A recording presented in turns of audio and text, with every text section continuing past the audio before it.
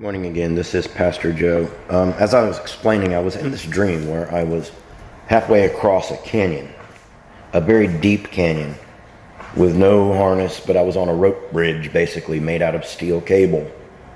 And it didn't have a walkway across it. It was one of those that has a V-shaped cables that, you stand on one thin line and you're holding on to the others as you go. Anyway, in the middle of the bridge, there was a part where you had to actually hang in the air by one hand and reach your feet way out to get to the next part. And I woke up almost sweating, frozen in fear.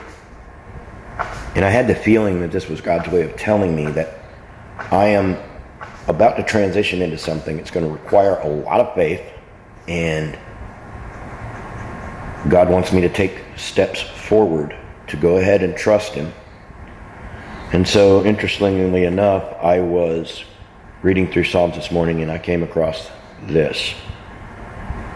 Psalm 121 says, "Shall I look to the mountain gods for help?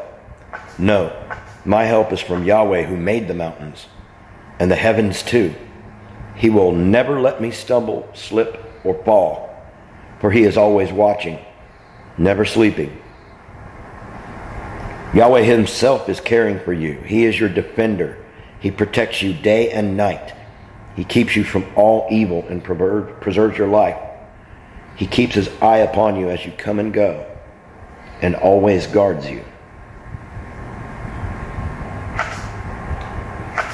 For the last year, I quit my job roughly a couple months after COVID started, and throughout the year I've been being told by more than one person, several now, that God wants me to be in full-time ministry, to trust Him for my income, for my provision, not knowing where, the next offering or help is going to come from. And this is not about raising funds, I'm just saying.